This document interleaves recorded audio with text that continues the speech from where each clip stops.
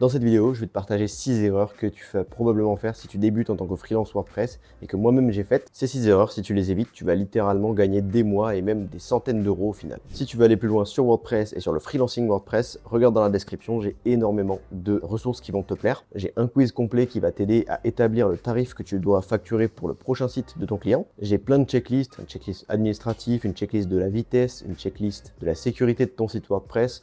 Regarde dans la description. La première erreur, ça va être tout simplement de vouloir tout faire, c'est-à-dire de faire le SEO, la rédaction de contenu, la création du site, mais aussi les maquettes, la maintenance, le Google Ads, bref. En gros, c'est le réflexe du débutant, c'est de dire oui à tout par peur de perdre le client, tout simplement. Le problème, tu le sais bien, c'est que tu deviens moyen partout et t'es bon, voire excellent nulle part. C'est très rare d'être excellent partout. Ce qui fait que du coup, avec ça, tu galères un peu à te positionner sur Malte, tu sais pas trop quoi mettre en avant parce que tu as plusieurs compétences. Alors, ça peut être pertinent dans certaines missions, mais la plupart du temps, si tu veux vraiment être positionné comme un expert sur une thématique, il va falloir choisir. Donc là, ce que je te propose, c'est de choisir un périmètre clair. Par exemple, tu es développeur WordPress spécialisé sur Elementor et ACF. Voilà. L'idée là, c'est que les clients B2B, ils cherchent un spécialiste, ils cherchent pas un couteau suisse en fait sur Malte. D'ailleurs, je te dis Malte, mais c'est sur LinkedIn aussi, c'est valable. Voilà, c'est valable partout en fait. Deuxième erreur, c'est de fixer ses prix au temps passé, ce qui fait que tu vas te retrouver avec un TJM qui est trop bas en fait en réel. C'est un peu le piège de quand tu débutes, du coup tu te mets pas cher. Le truc c'est que déjà tu vas attirer des gens qui payent pas très bien. Et deuxièmement, ton TJM que tu vas mettre en avant, c'est pas du tout le TJM que tu vas récupérer parce que je te rappelle qu'on fait des sites WordPress, c'est souvent du one shot. Plus tu es rapide en fait tout simplement, plus tu vas monter en compétences, plus tu vas être rapide et donc moins tu vas être rentable. Techniquement, ça peut pas marcher. Il faut que tu aies la notion de la valeur aussi que tu transmets au client. C'est quelque chose que je dis souvent, mais du coup ce que je te propose c'est que tu facture non seulement au temps passé bien sûr, mais aussi à la valeur que tu vas délivrer au client. Parce qu'un site, il peut coûter 5 000 € au client, certes, mais s'il lui rapporte 25 000 par an, au final, c'est ultra rentable. Et du coup, cet argument du coût du site, il est plus pertinent puisque tout simplement, c'est un investissement qui est ultra rentable.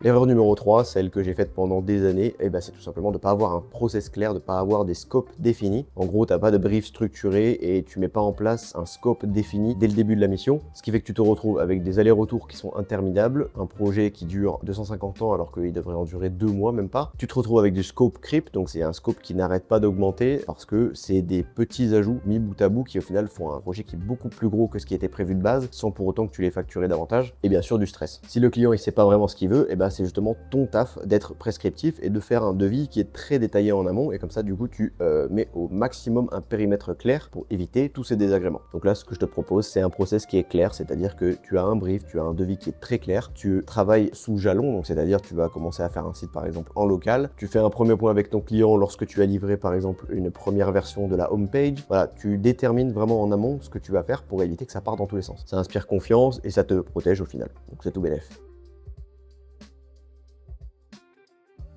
La quatrième erreur, ça va être de ignorer un peu trop le SEO et la perf. Alors, je ne pense pas que tu sois dans ce cas-là de la perf. Par contre, le SEO, c'est important et au final, il y a trop de développeurs WordPress qui connaissent pas grand-chose au SEO et qui pensent qu'il faut juste installer Yoast SEO pour que ce soit pertinent et que ce soit bien fait. Or, c'est pas le cas parce qu'il y a beaucoup de choses à faire au niveau du SEO technique. Il faut créer une véritable structure du site. Il faut s'assurer que tout soit correctement fait. Il faut s'assurer aussi d'avoir des contenus piliers, donc des cornerstones, comme on appelle ça. Il faut aussi s'assurer, si possible, d'avoir du maillage interne, du maillage externe pour avoir des bonnes bases au niveau du SEO. Un freelance qui intègre ça dès le début, qui intègre vraiment le SEO assez poussé, le SEO technique, ça permet de te démarquer de ouf. Donc ce que je te propose, c'est de te former véritablement au SEO technique en amont et comme ça du coup tu vas pouvoir avoir un package global et tu vas démarrer avec de vraies bases solides et des vrais atouts par rapport à tes concurrents.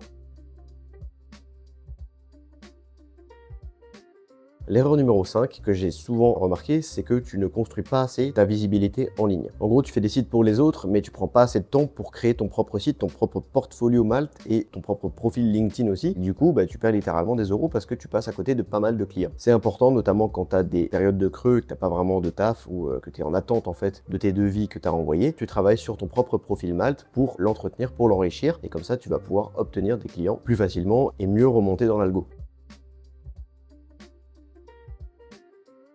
La 6e erreur, c'est de se reposer sur ses lauriers quant aux compétences, surtout avec l'IA qui arrive. Ça, c'est super important de ne pas le faire. C'est celle qui m'a coûté beaucoup de temps, surtout quand je débutais. En gros, c'est l'effet Denis Kruger. C'est tout simplement que tu te surévalues dès tes débuts, en fait. Tu penses que tu es meilleur que ce que tu es vraiment. Et après, tu as un nouveau stade de l'humilité où tu te rends compte, ok, en fait, je suis pas si bon que ça. Il va falloir que j'investisse dans mes compétences si je veux rester pertinent dans ce milieu. Donc, ce qu'il faut que tu fasses, selon moi, c'est que tu investisses dans une stack moderne, que tu investis dans des formations modernes, pas des formations qui ont 6 ans. Hein. Le WordPress, ça ressemble plus du tout à ce qu'il y avait il y a 6 ans. Tu vas investir dans des formations pour ACF, par exemple, pour des workflows IA optimisés pour WordPress. C'est ce qui va faire la différence, surtout en ce moment, entre un freelance qui va être à 250, 300 euros par jour et un qui va taper les 500, 600 et plus. On se retrouve très vite pour ma prochaine vidéo. Salut!